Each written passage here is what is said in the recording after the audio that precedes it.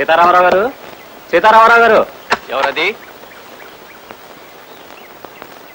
అలా పిలవకండి, ఆయన కోపం వస్తుంది. ఆయన పేరులోంచి సీతను ఎప్పుడో తీసేశారు. ప్రస్తుతం ఉత్తి రామారావు గారే. ఏం కావాలి? ఆయన ఒకసారి కలవాలండి. మీరు కొత్త బాధ్యతలా? అవునండి, సంఘంలో చేరదామని వచ్చాం. అది అందుకే మీకు బాస్ గురించి పూర్తిగా తెలిసినట్లేదు. ఆయనకి 9 లక్కీ నంబర్. ఏ పని చేసినా 9వ గంటకే చేస్తారు. మండల ఆఫీస్ లో సింహాచలం 9వ గంట కొట్టగానే ఆయన ఉపదేశ మందిరం తరపులు తెస్తారు. ఏమియా సింహాచలం మీయా ఎద్దు నాకు ఎదిగిపోనావు. సోంపేరి నాగా గంటలు కొట్టి నెలకి 50 రూపాయలు తేవడము తప్ప ఇంకో పని ఏమీ చెయ్యవేమయ్యా సింహాచలం మీయా. ఏమియా బయట పని దొరకపోతే ఇంటూ వంటైనా చెయ్యవేమియా? ఏమి అబ్బాయ్యా గిన్నెలంత తింటావో మంచం అంత తొంగుంటావో? ఆ సిద్ధి దీనికయ్యా నీకే సీని కట్టుకుని వంట సీవియ్యా. ఏమియా పౌసం లేని ముడివియ్యా? మూతికి మీసం లేదు, మనిషికి రోసం లేదు. ఏమి జన్మమయ్యా నీది?